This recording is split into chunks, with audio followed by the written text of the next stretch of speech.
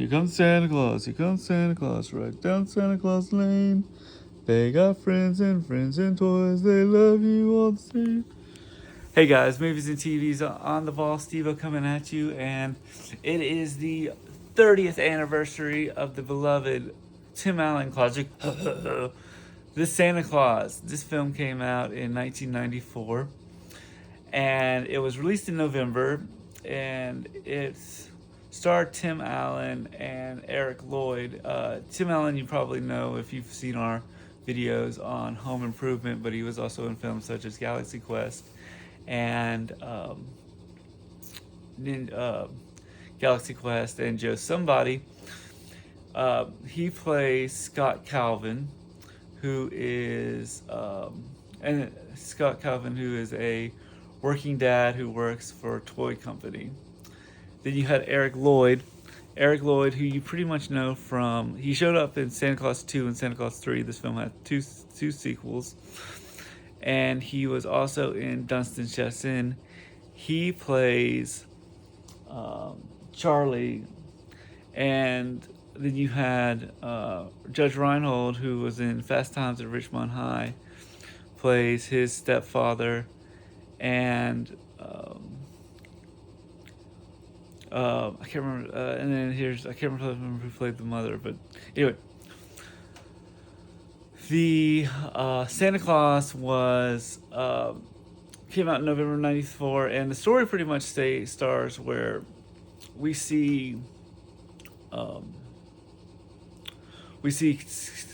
Allen or Scott Calvin as talking about how well their sales are at a Christmas party, about how they did it well for the new doll that they released called "Do It All for You, Dolly," and they were talking about and "Do It All for Your Dolly" and how everything's going great with that.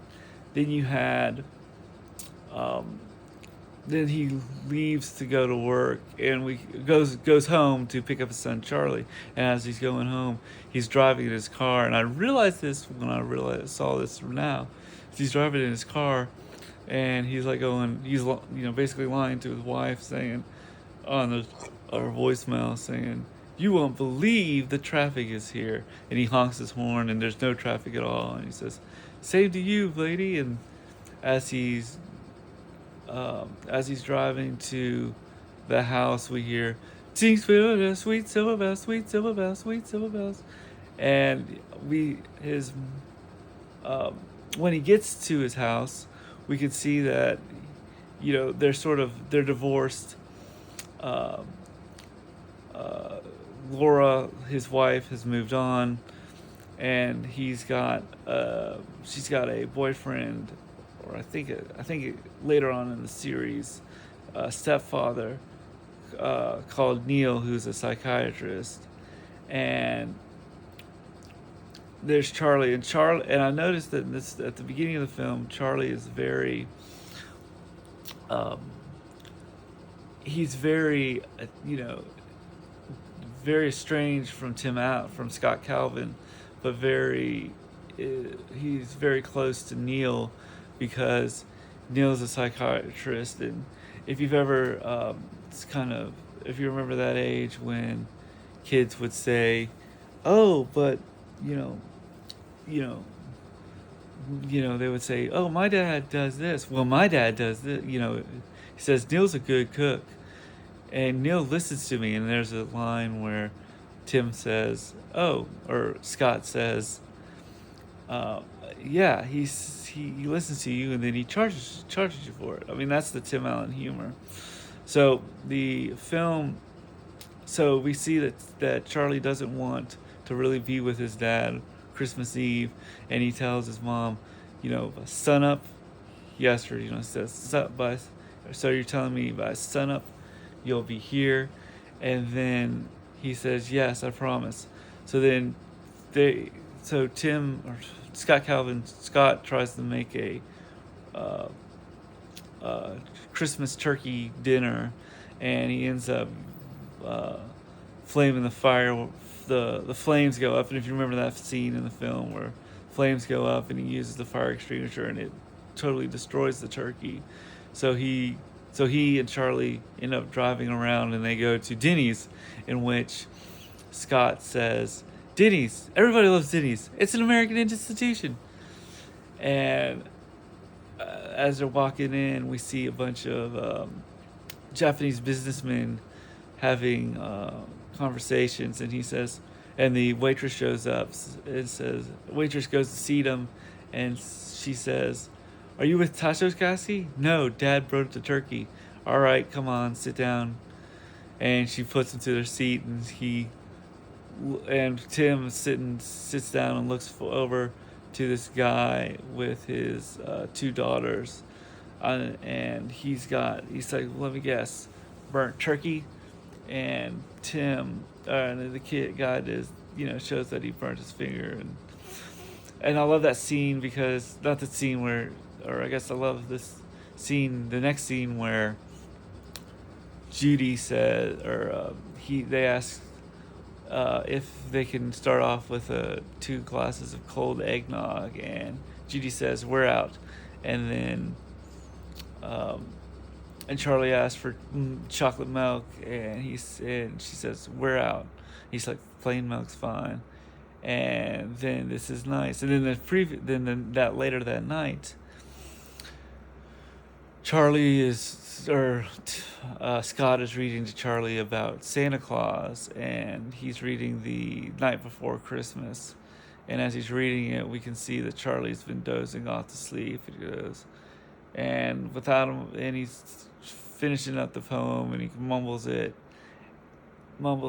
and he's like, "It all good night." And he turns off the light, and Charlie wakes up and says, "What was that? Arose such a ladder?"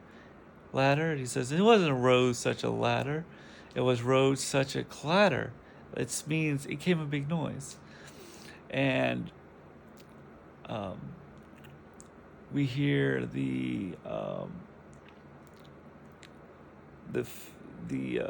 and he's like, "Just go to sleep," and he starts reading the book. And then Charlie, is fascinated, starts asking about all these questions. If Let me get through the plot.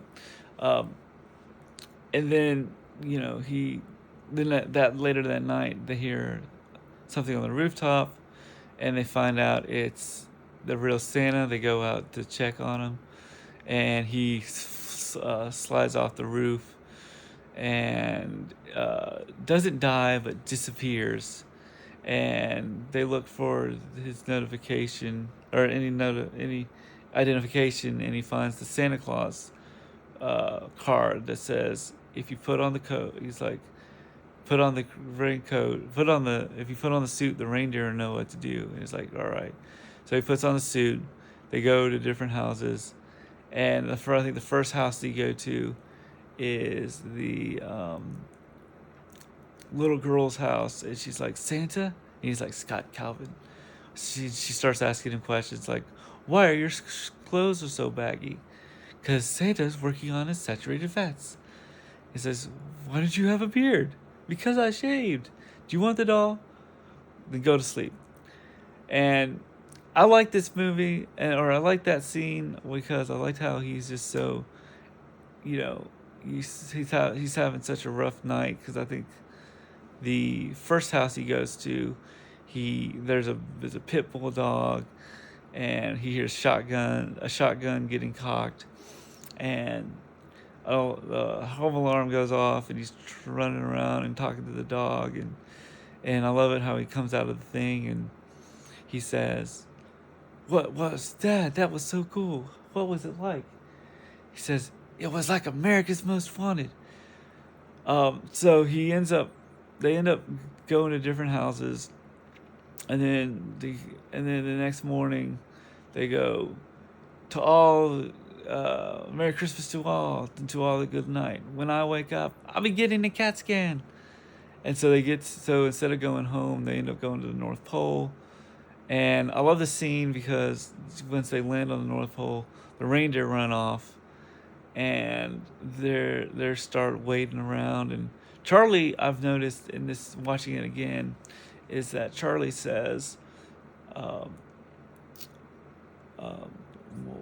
"Is this okay, Dad?" He says, "No, it's not okay. We're stuck here." and he starts to become more excited to the fact that his dad is Santa.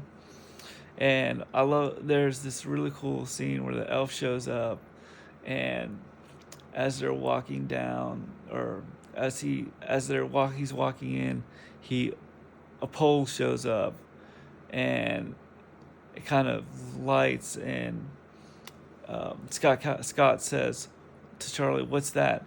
And Charlie's like, "I think that's the North Pole." He's like, and Scott's like, "That's the North Pole. It doesn't look anything like the North Pole." Um, so we meet. The so he gets down to the workshop, Santa's workshop, or Santa's lair, as it is, and he's like, what's going on? Where all these kids come from? Where are all the grown-ups? And he meets, so he goes around and talks to the elves, not knowing that they're elves, and says, "Where are who's in charge here?" And the elves say, "You are." "No, no, who's the main boss?" "You are." And he's like, and I like the scene where he says, he goes to the kid and he talks to the kid saying,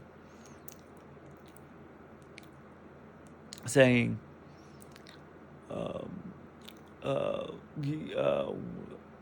but who's the head guy? And he says, I'm old enough to have uh, many shoes on my list, because elves make shoes. If you remember an elf, um, yeah, I'm an elf. And he goes to another elf and says, who should I talk to? And they have an argument, and then we meet Bernard, played by David Krumholtz from 10 Things I Hate About You, and who we've mentioned before. And he's like going, "Oh, excuse me," as they're arguing. He's like, "Excuse me, are we on a coffee break?" He says, "We don't drink coffee." "Well, then I guess the break is over. Go back to work." Back to work. And then and then I like where he's he's like, "Come on, Santa, I'll get you just out of these clothes." And Scott's like going, "I'm really trying to get out of here. I've had a long night." And he's like, "Well, if you need a long night, and I need..." This is the test. This is the test. Okay, so Scott's in his comes is in his quarters, and Judy shows up with hot cocoa, and she says, "It's my favorite special recipe.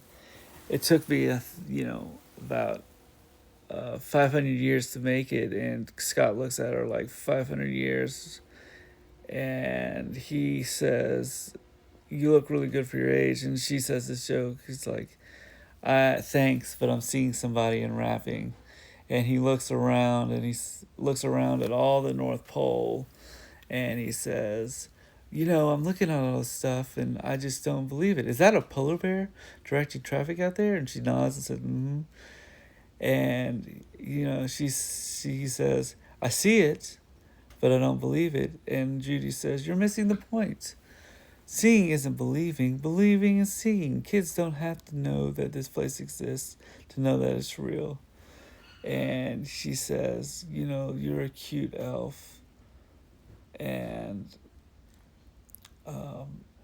they have this really good moment, and I love the way the whole workshop is printed, the way the workshop is looked at, and the way the workshop, and how it looks and everything. And what's really cool is Judy and Tim just kind of have this really good quiet moment together. So then Scott Calvin goes to bed, and he wakes up and thinks that it's just a dream, because he wakes up in the morning and he's like, "Dad, Dad." Charlie starts saying, "Dad, Dad, Dad." And he's going, "Oh, Charlie, what? Just go make some coffee. It's Christmas time. You need to open your presents." And as he comes down to the house, or down to the, he comes downstairs, as Charlie's opening his presents, he's looking at his pajamas and going, "Where did I get these pajamas?" And Charlie says, "You got them from Judy from last night when we went to the North Pole." Wait a minute. And then his wife shows up to pick him up for their Christmas, and she got it from Judy, and Scott's like, "Judy's the woman from the waitress from the restaurant," and his wife is like, some waitress gave you pajamas," and she looks at him kind of like, "Really?" And